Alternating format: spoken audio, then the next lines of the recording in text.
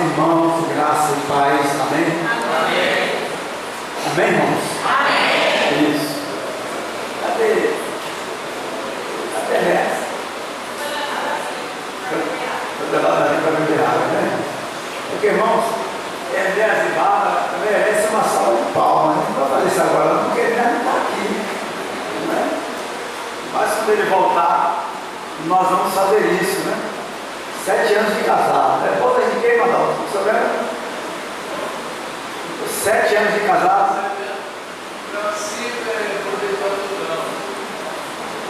Sim. Agora caminhando para 10, escolha de estranho. Sim. Então está aí entre algodão e estanho, né? Exato. Mais do que algodão e menos do que estanho. Mas a alegria é grande, irmãos, quando alguém vem à frente fazer um agradecimento dessa natureza, né? Agradecer a Deus por mais um ano de vida conjugal. Isso é maravilhoso. Nós vamos, meus amados irmãos, nós vamos abrir as nossas Bíblias no livro do profeta Isaías. Praticamente o mesmo texto que foi lido durante a devocional. Nós iremos falar sobre o tema: o profeta Isaías apresenta o Messias, ou o Messias apresentado pelo profeta Isaías. Capítulo 7, verso número 14.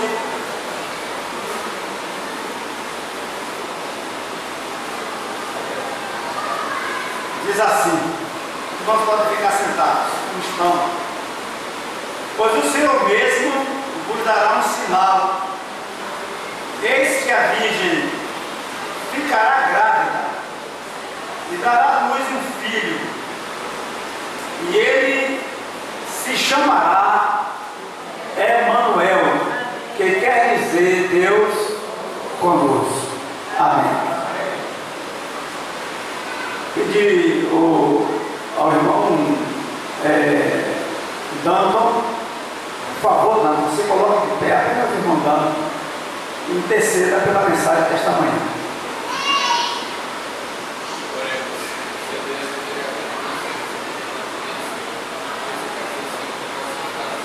Amém.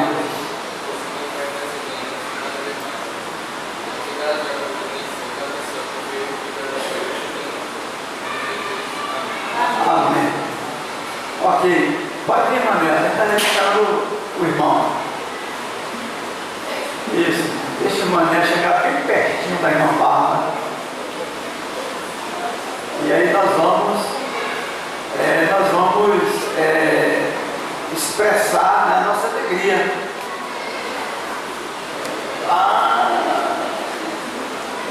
Olha, Manota, a irmã Ana Paula resolveu o problema, viu? Bodas de lã. Segundo a irmã Ana Paula, bodas de lã. 7 anos de casado, bodas de lã, segundo a informação que recebi agora. Ok. Meus irmãos, vamos expressar a nossa alegria, né? De ver esse casal fazendo mais um ano de vida conjugal.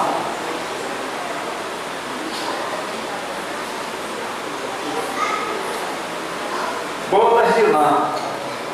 Ok. A internet hoje faz tudo, né, irmão? Ok, é só perguntar ao Google que ele responde, né? Então, vamos dar uma salva de palmas para o casal.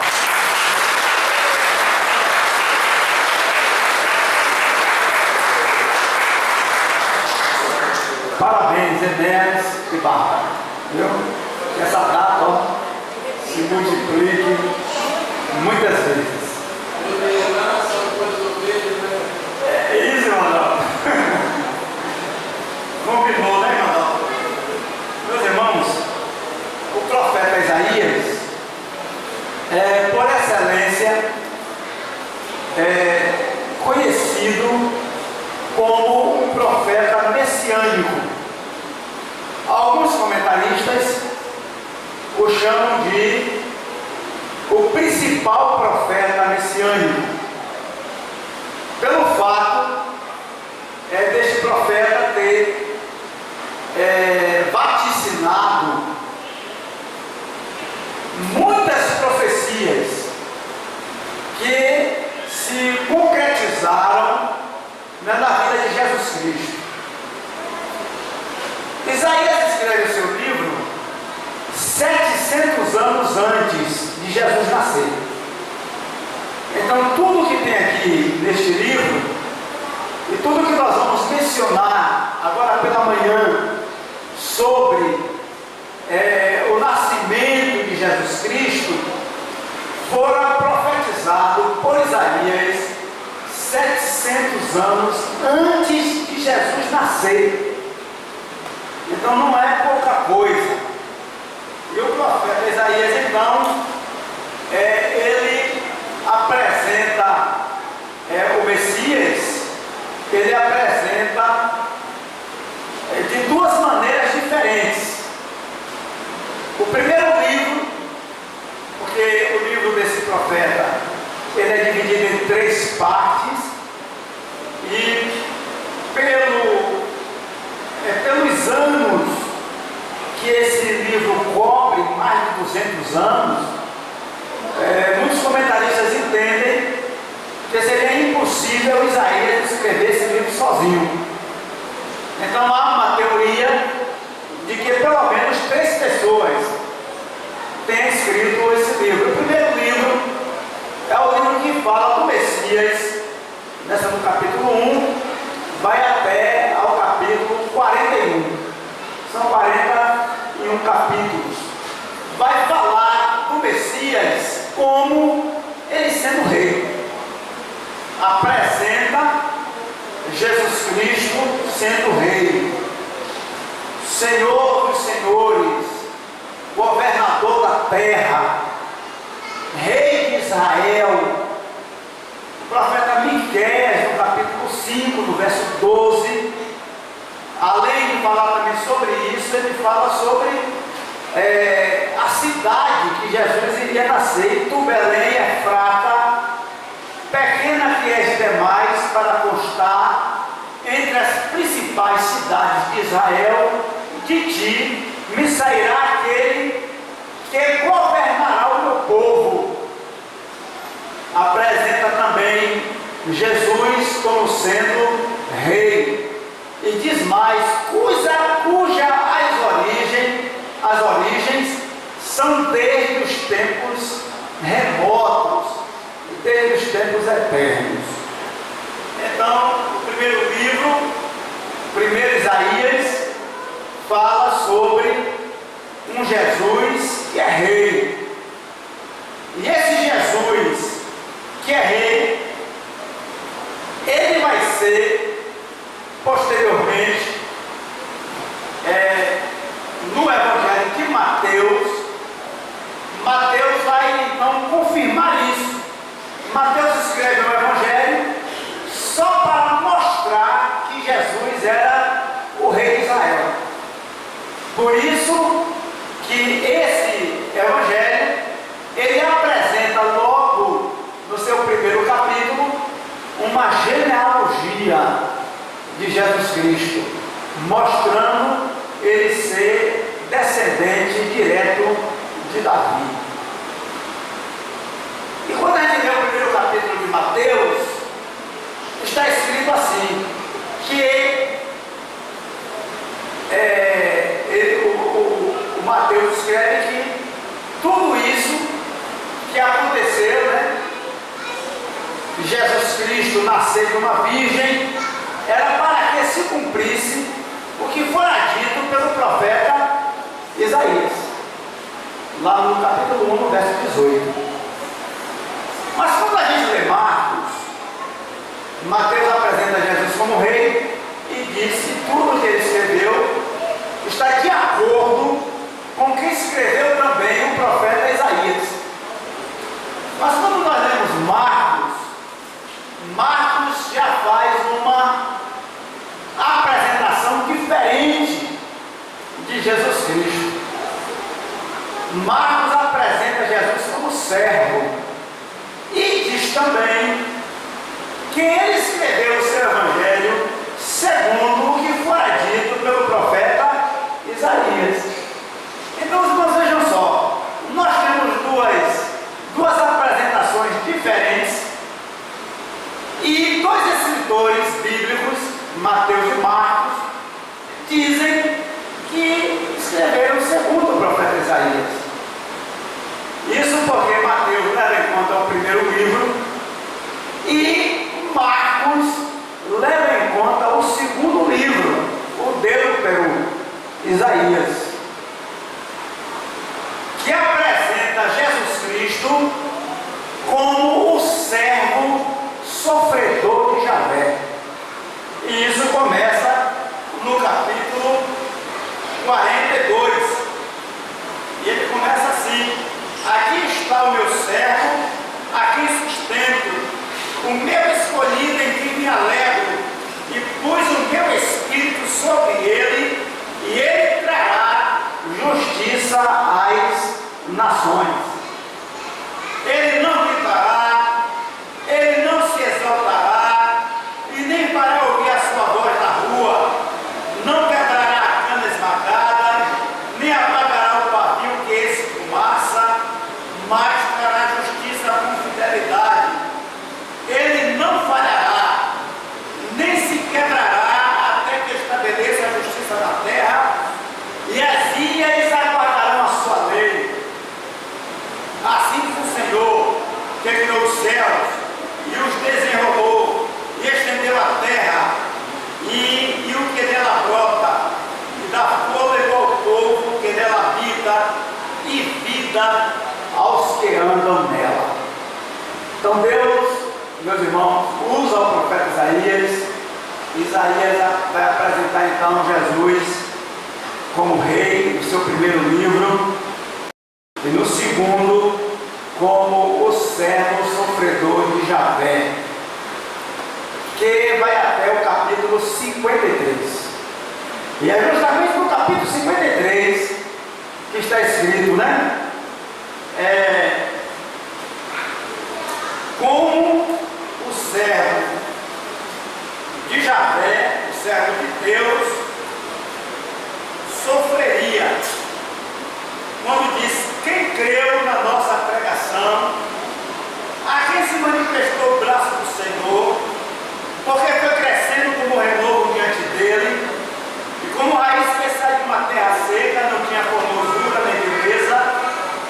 Quando olhávamos para ele, não víamos beleza alguma para que o desejássemos, mas ele foi desprezado, rejeitado pelos homens, homem de dores, experimentado nos sofrimentos, e como um de quem os homens escondiam o rosto, foi desprezado, e não lhe demos nenhuma importância.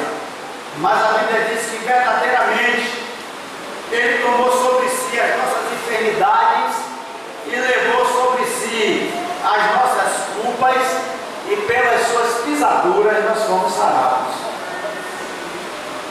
O que é que nós vemos aqui? A partir do capítulo 42, o servo sofredor de Javé, que deu a sua vida por amor de nós, e em remissão ou em paga dos nossos pecados, onde nós tivemos assim as nossas culpas retiradas diante de Deus. Mas tudo começa, meus irmãos, numa impossibilidade. Tudo começa naquilo que não seria possível. Quando o profeta diz, vai até Acais e diz a Acais que Deus pode mudar tudo. E diz a Acais que Deus pode fazer com que as coisas mudem. E Acais, ele disse que não iria permitir que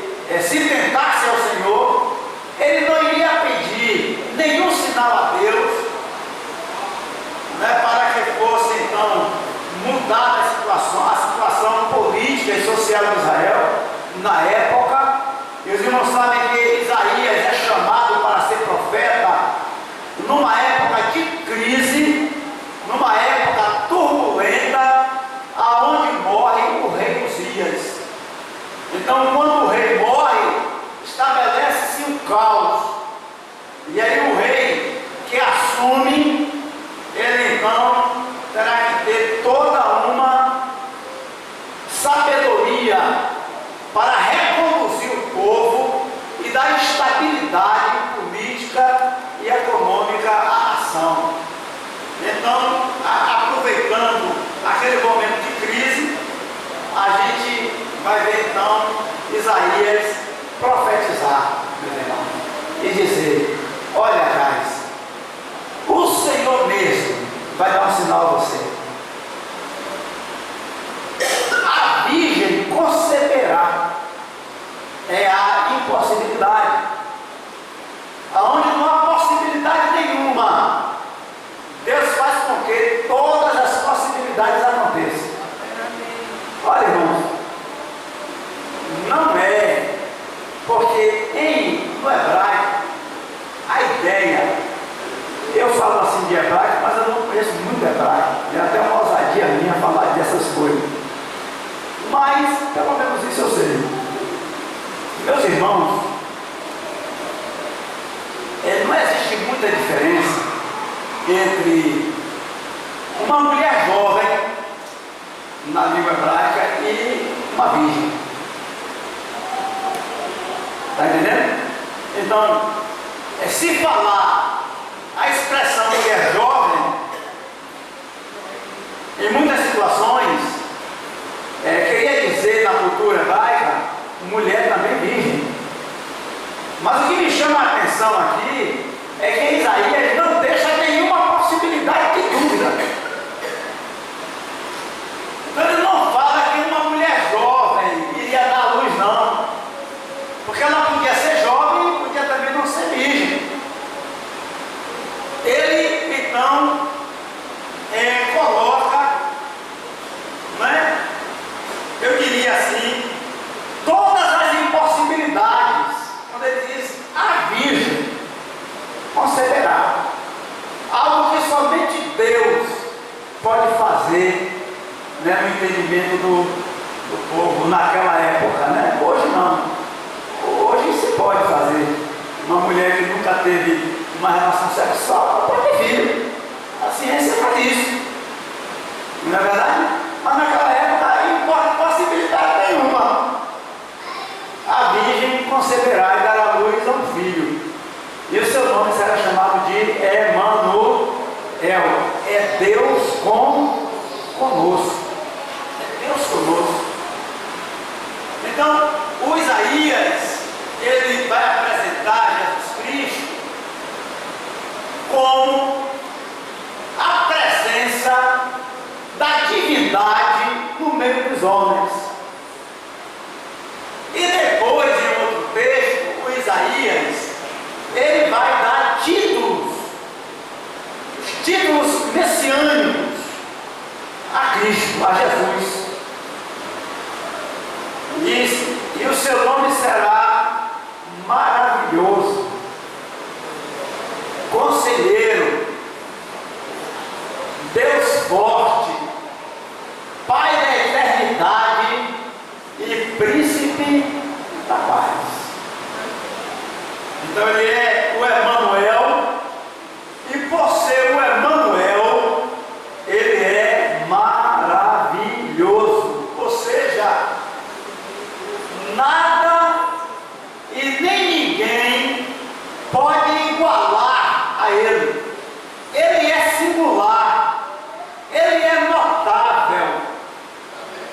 Não há quem possa, né, chegar perto da expressão visível de Deus em Jesus Cristo, meus irmãos. Então ele é o que? Maravilhoso. Ele é inigualável. Jesus não é a melhor opção não, meus irmãos. Jesus é a única. Ele não é a melhor não. Porque a gente assim melhor pode ter alguma outra. Mas não é nem a melhor.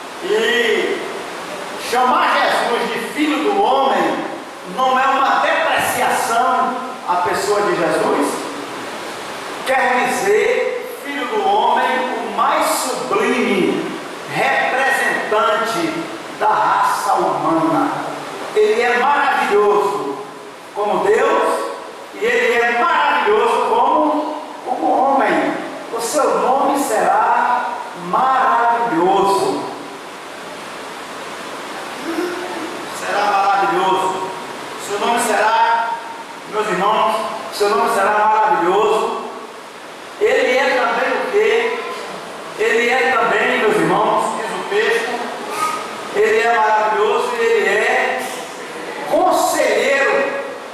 Ele é conselheiro, ou seja, ele é sábio.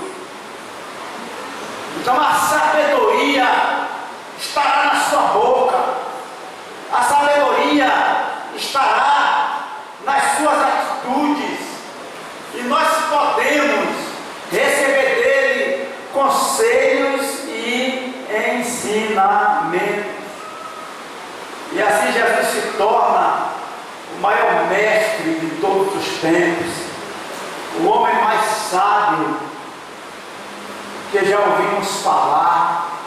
E a Bíblia diz que o povo de Israel ficava estarrecido, com Jesus Cristo, e dizia de onde vinha tamanha sabedoria, e dizia que Jesus falava com autoridade, porque Jesus vivia aquilo que ele ensinava. Não era como os fariseus, que diziam uma coisa e fazia outra. Ele será chamado de conselheiro. Ele é maravilhoso, ele é conselheiro, ele é também Deus forte. Ele é Deus forte, ele é a presença magnânima de Deus na vida dos homens. Ele é essa expressão visível. Ele é Deus forte. Ele é Pai da eternidade. Ele goza dessa eternidade. Ele estava com Deus desde as origens. João diz o seguinte, que no princípio ele já existia. No princípio era o verbo era Deus, estava com Deus, e esse verbo se fez carne e habitou entre nós, e nós vimos a sua glória como a glória do unigênito Filho de Deus. Ele é Deus forte, ele é príncipe, ele é Pai da eternidade, ele é o que? Príncipe da paz. Esses títulos, meus irmãos, são títulos que se esperava, as pessoas esperavam ver no Messias. O Messias era a maior esperança do povo de Israel, e esses elementos apareceriam na sua existência. Esses elementos constariam como elementos integrantes da sua personalidade, do seu ser, da sua maneira de viver e de compreender as coisas. Então, o profeta apresenta Jesus dessa maneira. Ele vai nascer de uma virgem, ele vai nascer de toda a impossibilidade, porque aonde não tem vida, Deus faz surgir a vida. Aonde não é possível nada, Deus faz surgir tudo. Meus irmãos, o texto que nós lemos nas Escrituras, que diz: no princípio criou Deus os céus e a terra. A palavra criar é a palavra bará, do idioma hebraico, que significa criar do nada, criar onde não existe nada.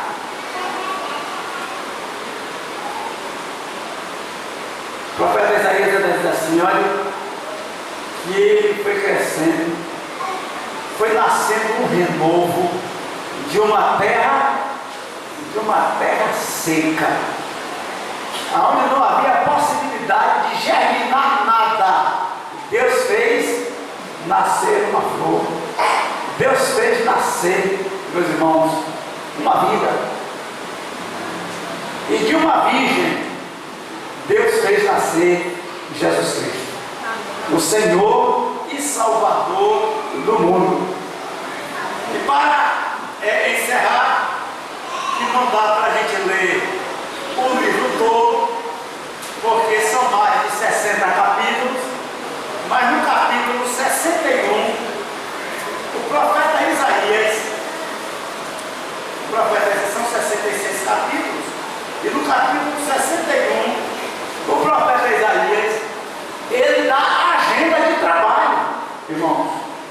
Messias, a agenda de trabalho de Jesus Cristo. 700 anos antes, o profeta diz o que Jesus iria fazer. Vejam só o que diz o texto. O Espírito do Senhor Deus está sobre mim, porque o Senhor me ungiu. Me ungiu para quê? Me ungiu para fazer uma tarefa. E ele diz o seguinte: pregar as boas novas aos oprimidos. Jesus disse: vinde a mim todos que estáis cansados e oprimidos, e eu vos aliviarei. Ele veio, meus irmãos, pregar boas novas aos oprimidos. Essa é a agenda.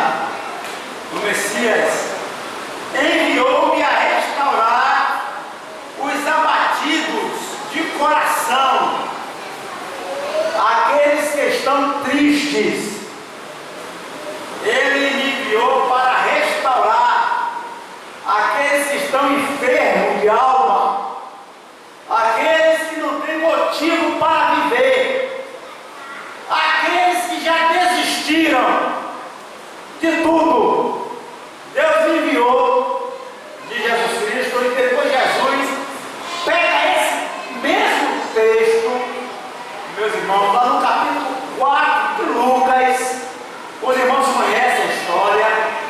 Jesus lê esse texto e diz: hoje se cumpriu essa profecia. Vocês estão vendo o cumprimento dessa profecia, porque está aqui o Messias. Era como se Jesus fizesse uma autoapresentação. E ele lê o livro do profeta Isaías. E lê essa passagem. O Senhor, o Espírito do Senhor está sobre mim.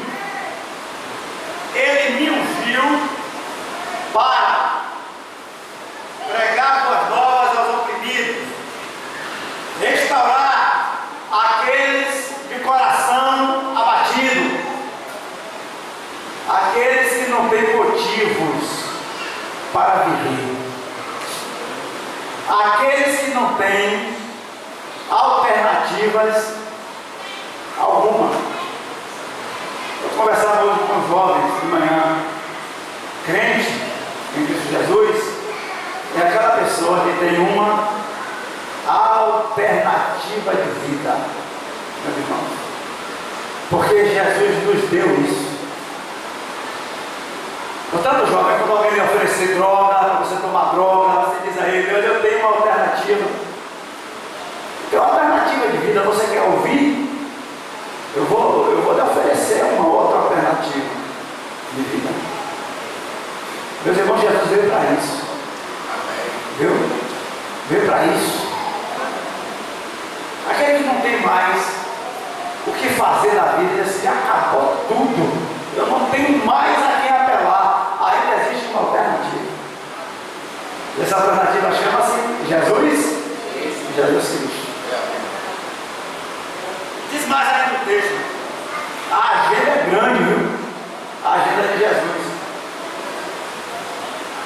Por proclamar liberdade aos cativos e pôr os presos em liberdade.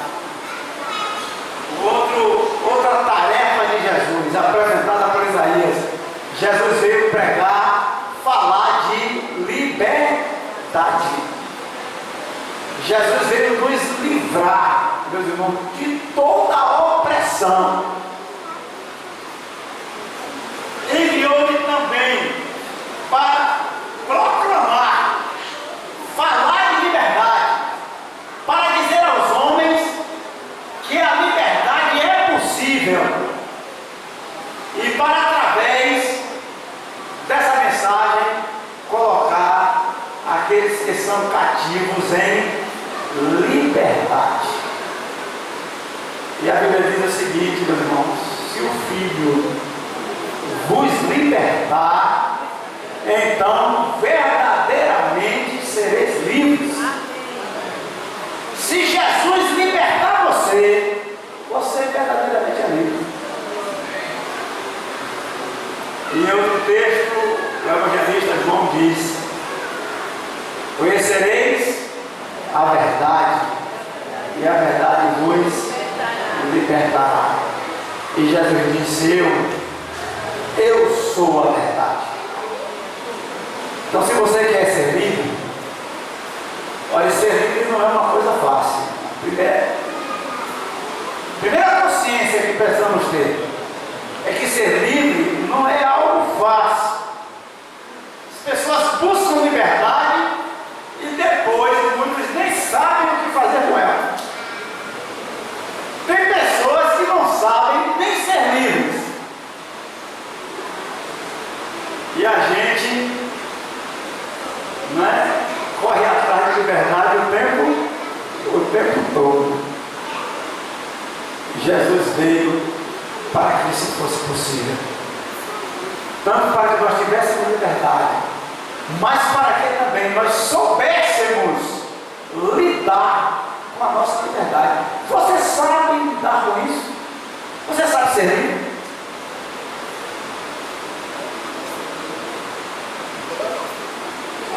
Só tem uma coisa, somente uma coisa é capaz de limitar a liberdade, só uma. Alguém sabe o que é isso? Algo tão poderoso assim? É tão poderoso isso que pode, é a única coisa que pode limitar a liberdade. Diga aí. Isso é o amor.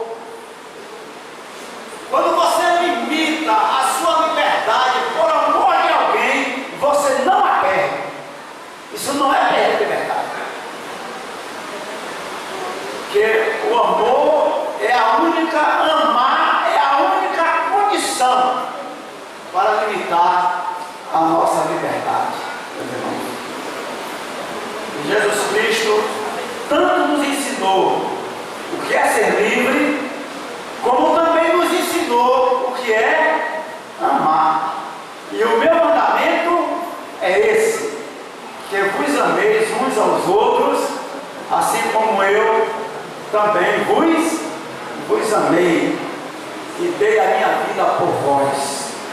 Então amar é algo tão poderoso, mas tão poderoso que chega a limitar a liberdade. Não tira a liberdade não, mas pode limitar a liberdade. Os irmãos imaginem assim, uma pipa. Eu gosto muito de pipa, gosto de fazer pipa. De vez em quando eu faço pipa aqui para os meninos.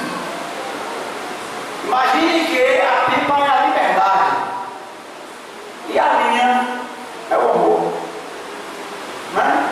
Eu posso deixar que essa raia vá muito longe, essa pipa vá muito longe, né? E posso também diminuir, não é isso? A distância. Eu dou mais linha ou eu puxo mais linha. Imagine que a linha seja o amor. É o amor que faz isso. Agora, quando nós não sabemos nem ser livres e não sabemos também amar, sabe o que acontece? Irmão, a gente mete as mãos pelas calças. A gente faz um monte de bobagens, né? E ainda queremos justificar essas coisas achando que fizemos a coisa certa. Mas primeiramente nós precisamos aprender a ser livres e precisamos aprender a amar. E por último, o texto diz o seguinte: e proclamar o ano aceitável do Senhor, proclamar o ano aceitável do Senhor e consolar aqueles que estão tristes. Olha, irmãos, essa é a agenda de Jesus. Sabe o que é proclamar o ano aceitável do Senhor? Era o ano do jubileu, que os homens já tinham se esquecido na época de Jesus. Ninguém mais lembrava disso. Jesus lembra isso a Nicodemos, e Jesus lembra isso aos seus compatriotas. No capítulo 3 de João, quando Jesus diz a Nicodemos: olha, Nicodemos, necessário vos é nascer de novo. Como eu, sendo um homem velho, posso retornar ao ventre da minha mãe e nascer uma outra vez? Aí Jesus disse: você é mestre em Israel e você não sabe essas coisas? Jesus estava tentando lembrar Nicodemos do ano do jubileu, aonde todas as coisas deveriam se tornar novas, aonde todas as coisas seriam renovadas. Era o que? Os chamados anos sabáticos, anos para perdão, épocas para restituições, para descansos, para que não houvesse, meus irmãos, opressões, para que não houvessem expoliações entre os homens e nem mesmo entre os animais, e nem mesmo sobre o solo da terra, porque todas as coisas precisavam ser descansadas para que fossem renovadas. E Jesus veio, meus irmãos, para lembrar dessas coisas. O ano aceitável do Senhor, aonde todas as dívidas eram perdoadas. Sabe o que a gente faz com os nossos devedores? Bota no SPC, bota no Serasa, se vire. O ano aceitável do Senhor é para lembrar que as dívidas, todas as dívidas, não somente dívida de dinheiro não, todas as dívidas que se puder pensar, as agressões físicas, as agressões morais, emocionais, está entendendo, mais? Era para perdoar tudo isso. Tarefa de Jesus Cristo. Quando perguntaram a Jesus: mestre, quantas vezes eu devo perdoar o meu irmão? 7 vezes? Não somente 7, mas 70 vezes 7. Se não me falha aqui a memória, dá 490, não é isso? 70 vezes 7? É impossível que alguém erre 490 vezes o mesmo erro. Não está falando de outros erros, do mesmo erro. Aí é errar demais, é errar demais. Meus irmãos, essa é a apresentação do Messias feita pelo profeta Isaías. Deus abençoe. Vamos ficar de pé e vamos orar a Deus, agradecendo ao Senhor, né, por Jesus ter nascido, por Jesus ter cumprido a sua agenda, né, no meio do seu povo. E essa agenda de Jesus, ela é nossa também. Ela é da igreja. Essa agenda de Jesus. Vamos orar. Então, a irmã Nayane estará orando. Logo depois nós estaremos retornando aos nossos lares. Eu quero lembrar os irmãos que hoje é o dia do Senhor. Hoje é domingo. E nós precisamos estar na igreja para louvar e exaltar o nome do Senhor. Amém. Poder sentar. Os irmãos tenham um bom apetite.